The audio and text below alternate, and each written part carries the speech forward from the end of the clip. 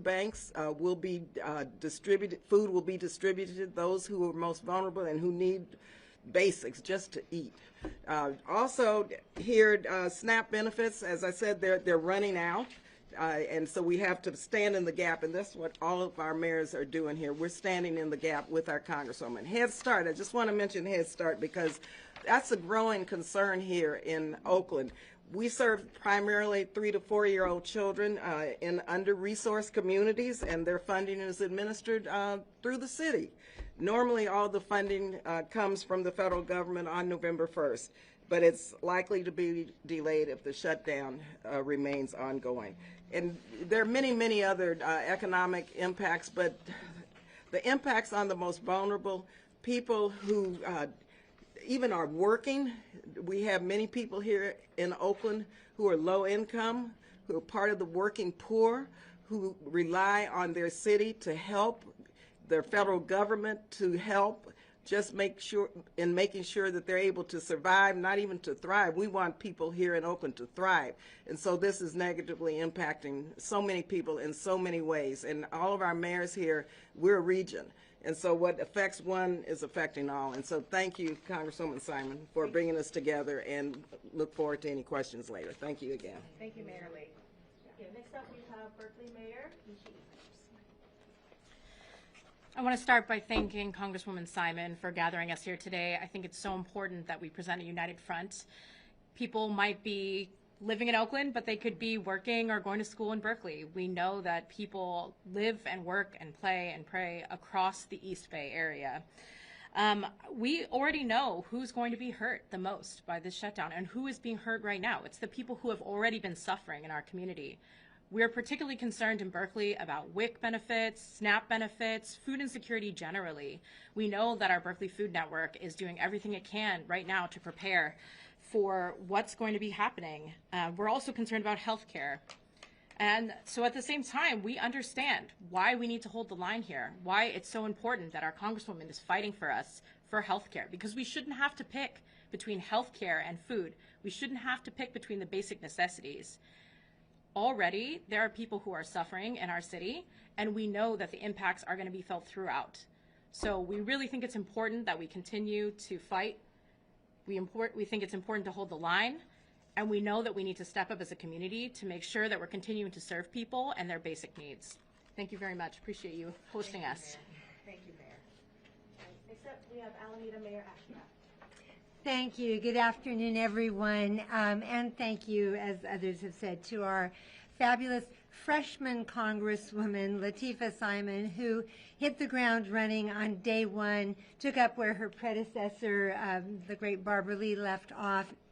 I am the mayor of the city of Alameda, and I want you to know that the kind of assistance we need from the federal government is not to send troops to Coast Guard Island that is a part of Alameda.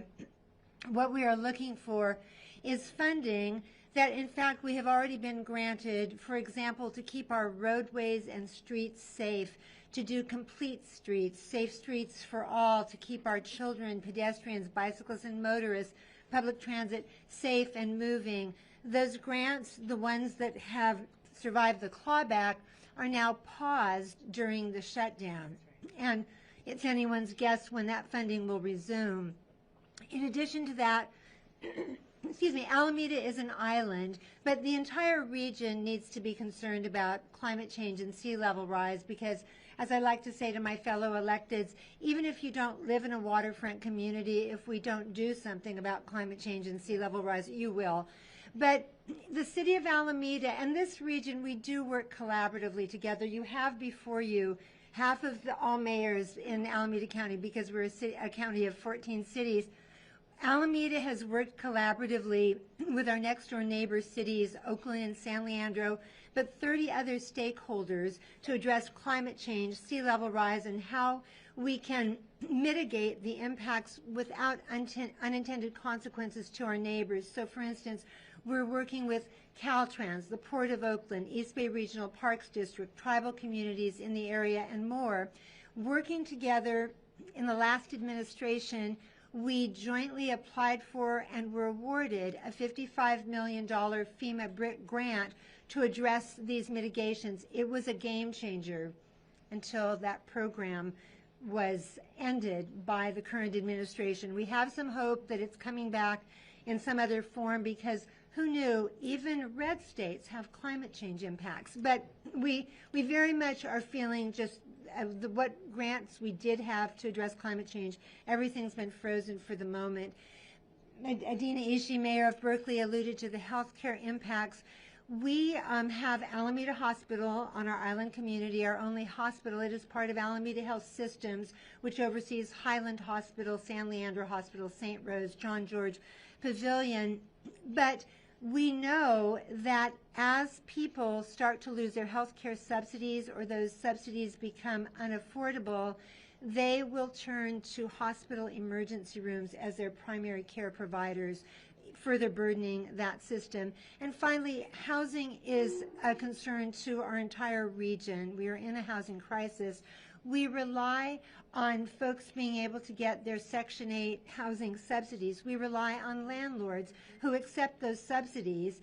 We have just learned from the Congresswoman that come November 1st, which is just around the corner, those landlords will not be receiving their checks to provide this housing to low-income renters. So many things to be concerned with. What gives us hope is that we are represented by Congresswoman Lateefah Simon. Thank you all for your attention, and to you for your support. Thank you. Thank you, Mayor. Next up, we have San Leandro Mayor Gonzalez. Well, good afternoon, and thank you for coming. I will not reiterate everything that other mayors have said. Clearly, the impacts are present on healthcare, on housing, on food security. Whichever way you turn, the impacts are there. What I will say is the government shutdown is challenging our very value system, because you see that government is set up to meet the needs of those that cannot take care of themselves. Government is not here to make the rich richer. It is here to lift up the vulnerable. As someone who comes from the business world, one of the things that I know is that businesses look for certainty. And what we have right now is the intentional creation of uncertainty. That's not good for business. Created chaos is not good for our economy. And we see it in the numbers, even if folks are trying to hide the numbers. So what I hope that we can recognize is that this all actually began much earlier this year. There was the threat of a government shutdown early this year. And the decision was made to hold off, to say, let's give hope a chance. That was the decision early in 2025. But what's happened, a full year has gone by, and now it's time to call the question. So I believe, and I believe the city of San Leandro believes, and all of these people behind me believe, that compromise is not a sign of weakness. Commitment to values is not a sign of weakness. Instead, it's a sign of leadership. And so I close my thoughts by making a very simple request. And that's respectfully to Speaker Johnson, let's get back to work. Let's find common ground. Thank you, Mayor. Fantastic work. Next up, we have Emeryville Mayor Moore. Thank you all for coming. I want to thank my fellow mayors and especially Congresswoman Simon for bringing focus to the shutdown, which is a very important issue, which normally does not need focus brought to it, but in this climate of federal chaos, so much of it being caused unnecessarily, it bears worth stating the impacts of this shutdown, which we're only just starting to feel, but they are going to be, many are interconnected, and they're going to start to be felt acutely throughout our communities.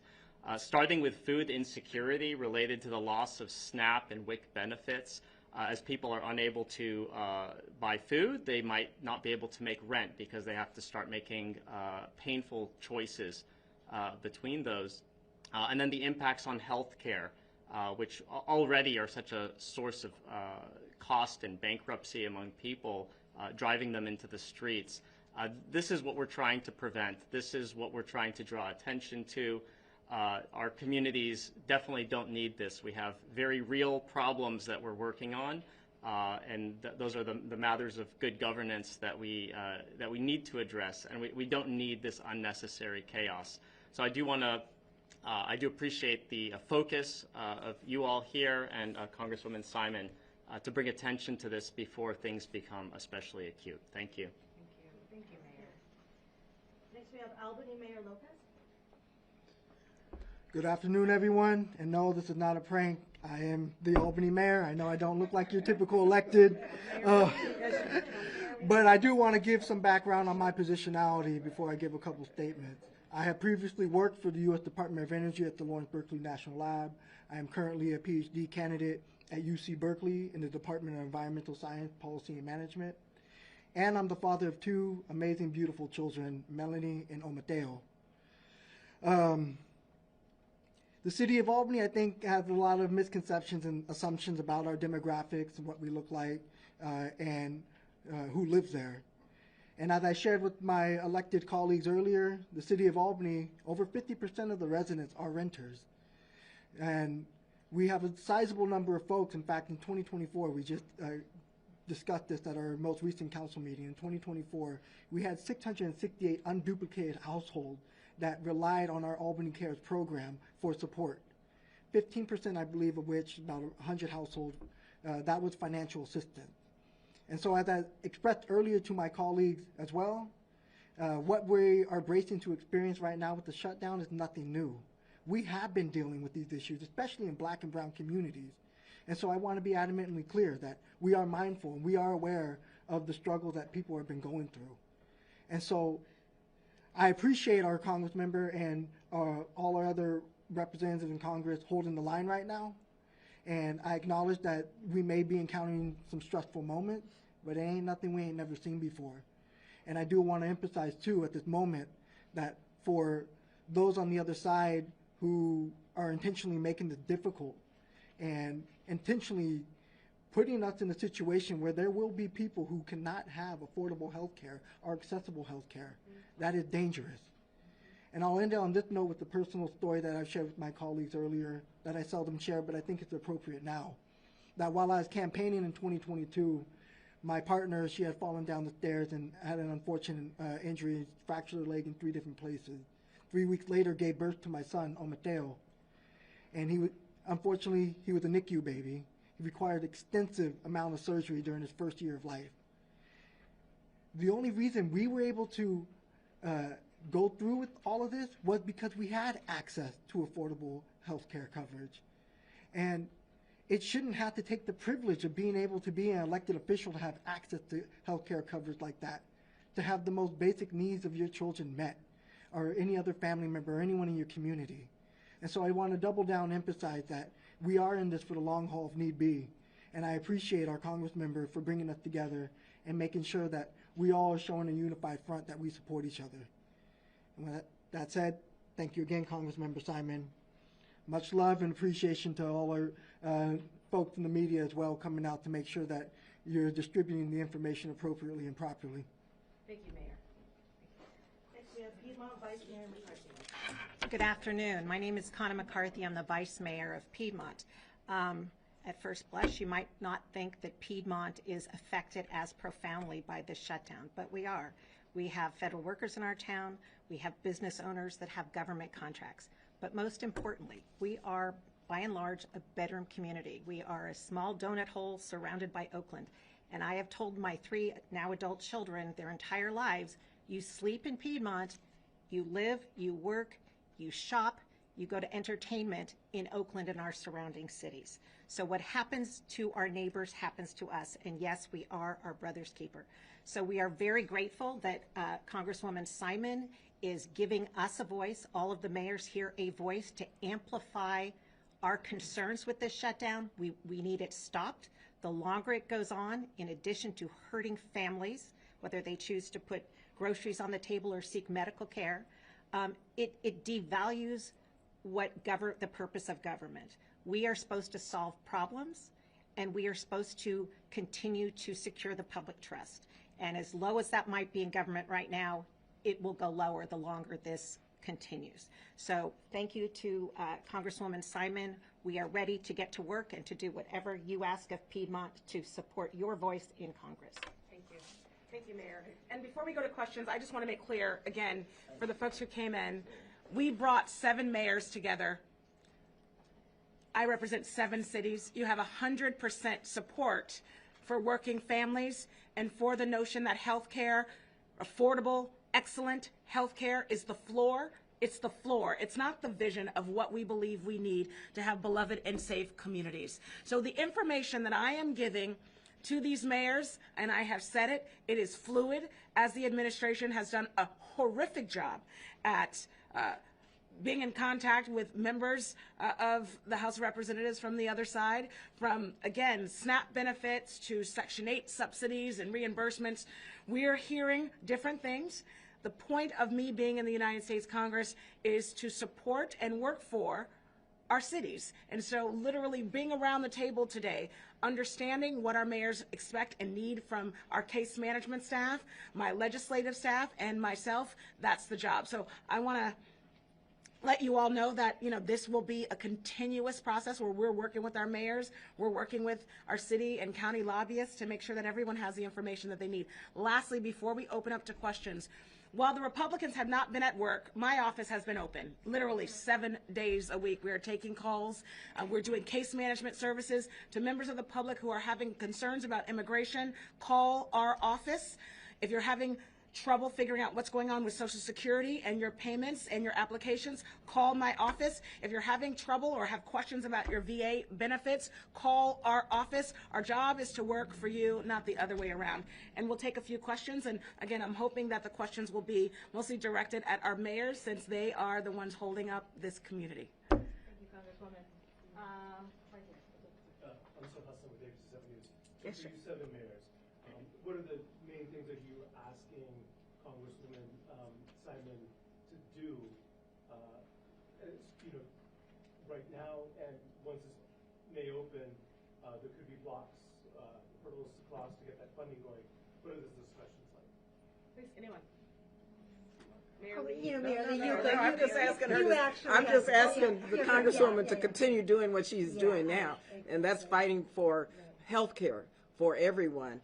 And also what she is doing now, and that's keeping us informed, because, as she said earlier, it's fluid, and we need her and her staff keeping us very much on top of what the impacts are going to be at the federal level, so that we can better fill in the gaps and stand in the gaps for people who are being negatively impacted. Thank you, Mayor Lee. And I was just going to add that she doesn't have a magic wand, but to the extent, Congresswoman, that you're able to talk to some of your colleagues, because I do